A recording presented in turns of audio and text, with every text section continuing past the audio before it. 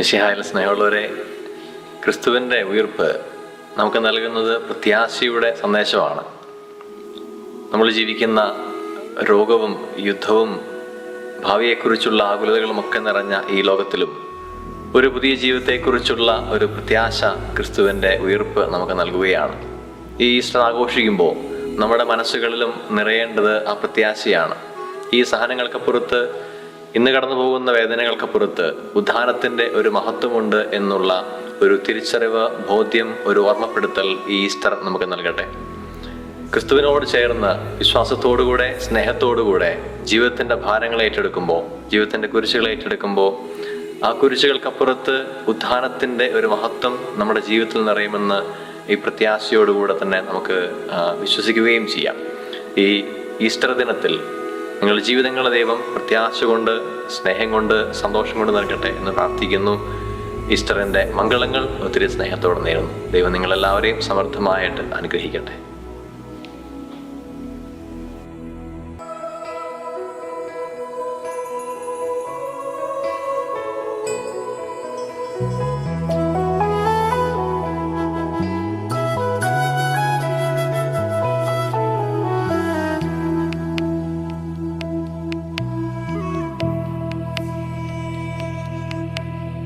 Calvary കുന്നിൽ നാഥൻ യാഗമായി മാറി, അന്നു കാൽനടയായി നാഥൻ മലമുകളേറി, അന്നു ജീവനേകുവനായെന്തു പാടുപെട്ടു നീ, അന്നു ജീവനേകുവനായെന്തു പാടുപെട്ടു നീ. എന്റെ ജീവനായവനെ നീയൻ ആശയെന്നുമേ. കാൽവരിക്കുന്നിൽ കാൽവരിക്കുന്നിൽ നാഥൻ യാഗമായി മാറി, അന്നു കാൽനടയായി നാഥൻ മലമുകളേറി, അന്നു ജീവനേകുവനായെന്നു പാടുപെട്ടു നീ, അന്നു ജീവനേകുവനായെന്നു പാടുപെട്ടു നീ. എന്റെ ജീവനായവനെ നീയൻ ആശയെന്നുമേ. കാൽവരിക്കുന്നിൽ